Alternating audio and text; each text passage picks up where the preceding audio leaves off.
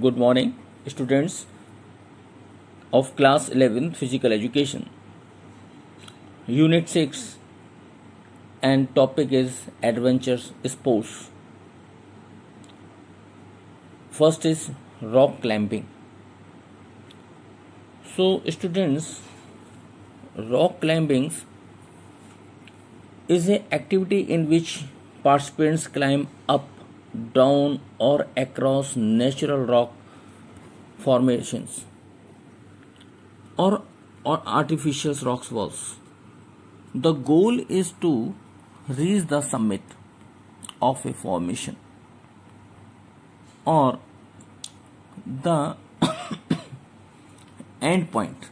The summit is the called end point, where the aim is to reach that place is called summit or the end point of the that journey. Predefined route without falling, without any fail, without any falling, and reaching to that place by the defined route.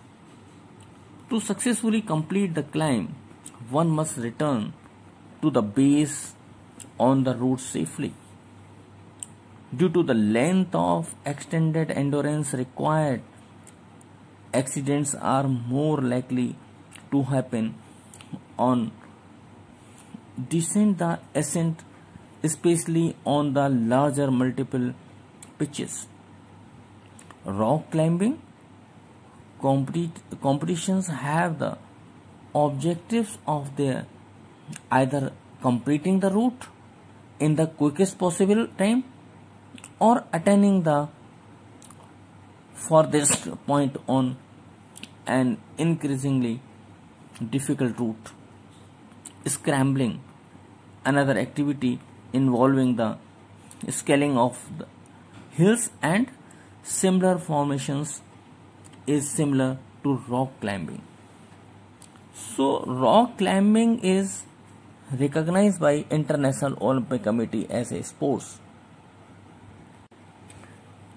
It is a physically and mentally demanding sport which often tests a climber's strength, endurance, agility and balance along with mental control. It can be a dangerous sport, and knowledge of proper climbing techniques and uses of specialized climbing equipments is crucial for safe completion of routes. And because of the wide range of and verified rock formation around the world, rock climbing has been split into several different styles and sub-disciplines. Some of the techniques are rock climbing are crack climbing, face climbing, slab climbing and simul climbing. Next is trekking. Trekking is a adventure sport. It is not an easy task to do trekking. It needs a lot of courage, confidence and strong physique. A trek is a long journey on foot, especially in mountains and forests for pleasure or sports. Trekking is a part of adventure, travel and expedition. The duration of trekking can be less as a day and can be long to over a month. It depends upon the particular region, personal interest and physical fitness of the participants. Trekking helps in building confidence and improves the cardiovascular system. So because when they do such kind of activities, it's a very good exercise for the cardiovascular system and heart get strengthened. In India, many religious centers are established in the hills, the result of which in that even today thousands of devotees cross various hurdles to reach these places, and there are always some amount of trek involved in the reaching these destinations. Trekking can be classified into three type of bases of their duration and degree of the difficulty. First is easy trekking. It is not the beginnings. There is no difficulty in climbing. There is no climbing on high altitude. Such treks finally provide colorful horizons of a whole series of mountain ranges. Next is moderate trekking. These treks are somewhat difficult to challenging. Such trekking is a generally longer, in which there is about 10 days walking up and down, and they are arranged on slightly high altitude. And next is strenuous trekking. So this type of trekking needs a lot of physical efforts, energy and determination. These treks ascend to high altitude about 5,000 meter, and it involves some step climbing also. So next topic is river rafting. The modern raft is an inflated boat consisting of very durable and multi-layered rubberized or vinyl fabrics. So this can be vinyl fabrics or some rubberized or multi years. उसमें many material can be used. With several independent air chambers, raft come in a few different forms. The most common is that symmetrical raft steering with a paddle at a stem. Mean at the back side they use some paddle they can use.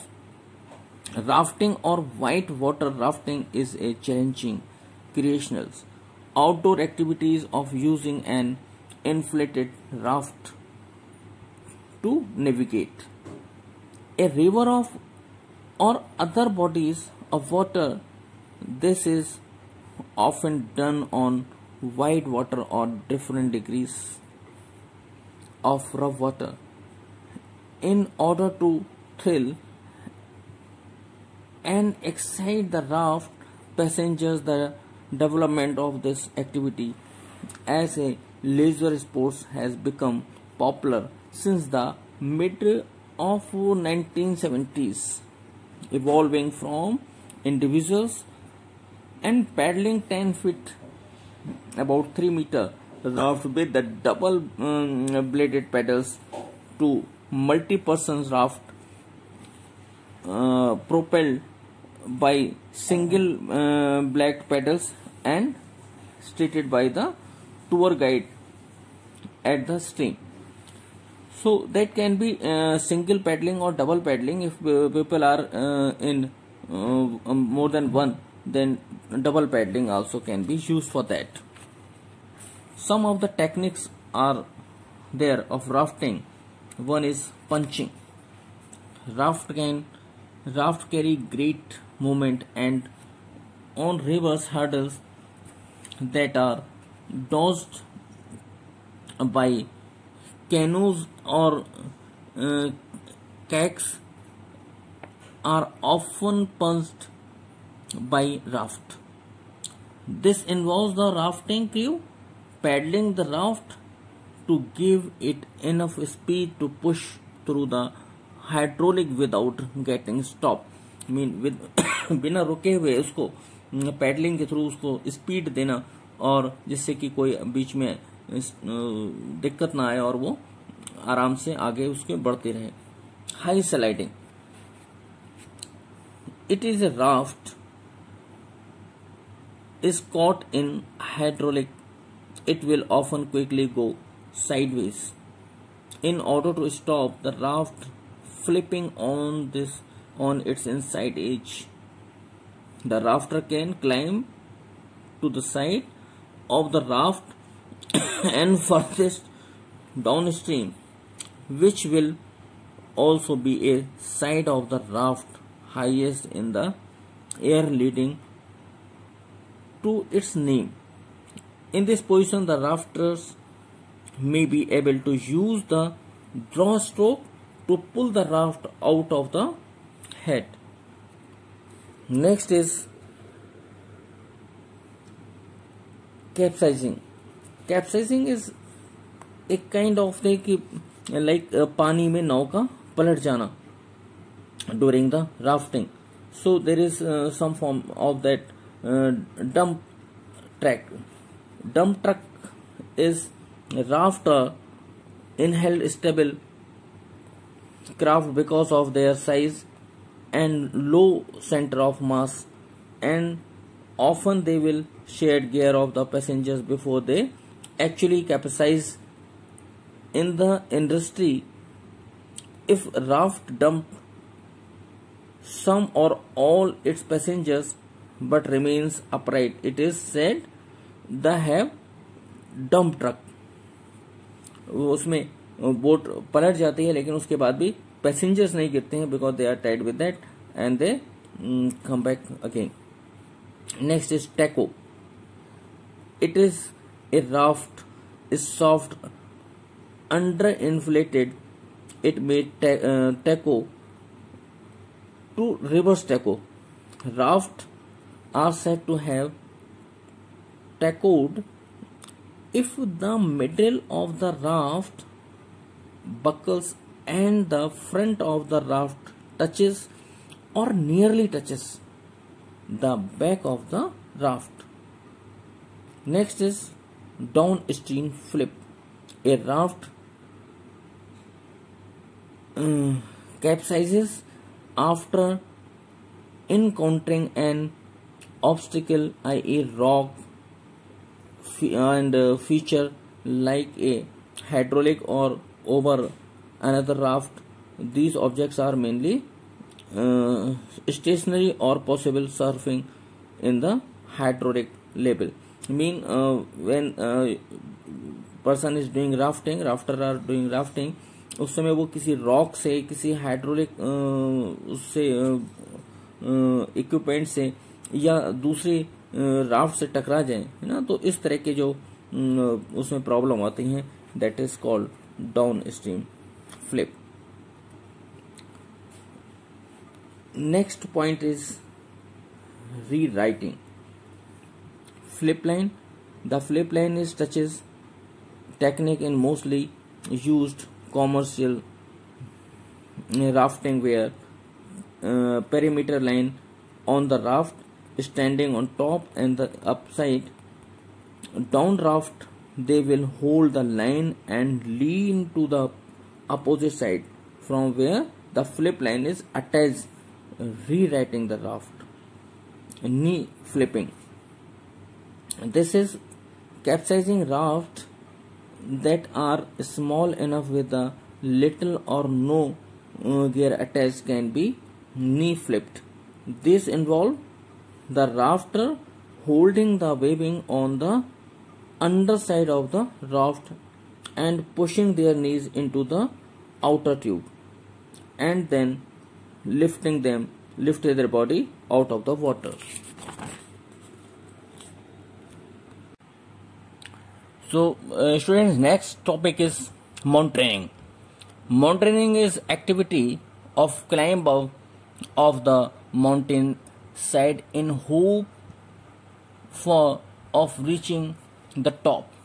It also known as alpinism in European language, which means climbing difficult mountaineering like Alps.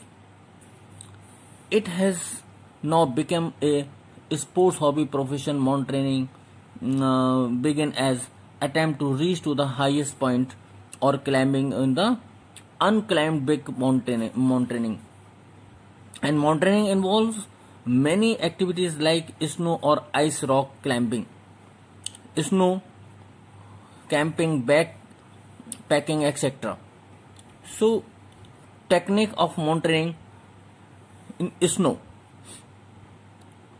Compact snow conditions allow mountaineering to progress on foot.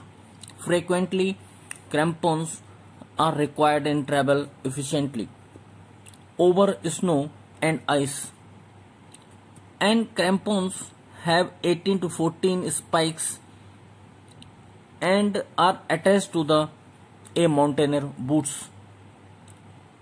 They are used on hard snow and ice to provide additional traction using various techniques from alpine skiing and mountaineering to ascend and descend. A mountain is a form of the sports by itself called sky mountaineering. Next is glaciers. When travel over glaciers, crevasses pose of a grave danger. These giant cracks in the ice are not always visible as snow can be blown and freeze over the top to make a snow bridge. At times, snow bridges can be as thin as a few inches. Climbers use a system of crops to protect themselves from such hazards. Basic gear to glaciers travels including crampons and ice axes, and teams of two or 2 to 5 climbs tie into a rope equally spaced. If a climber begins to fall, for other members of the team perform a self arrest to stop the fall, and the other members of the team enact a crevices rescue to pull the fallen climbers of the team. And next is ice climbing. Multiple methods are used to safely travel over ice. If the terrain is steep but not vertical, then the lead climber can place ice screw in the ice and attach the rope of the protection. Each climbers on the team must clip past the anchor. Next topic is surfing. Surfing is a surface water sports in which the wave rider, referred to as a surfer, rides on the forward of the face of a moving wave, which is usually carrying the surfer towards the shore, and the team's surfing refers to the act of riding a wave.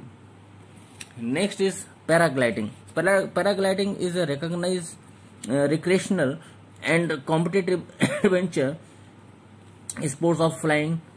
Paragliding, lightweight, free fly, and food launch glider aircraft with the original primary situation. So, paragliding is a surface water sports, and paragliding is surfer harnesses the power of the wind with a large controllable power paraglider to be propelled across the water on a kiteboard or a small surfboard with or without foot strap or binding. So students, these were the adventurous sports. I hope the topics will be clear to you all. You go through that, you listen the topic and read from the book also. Then the things will be clear. Okay, I think it's over.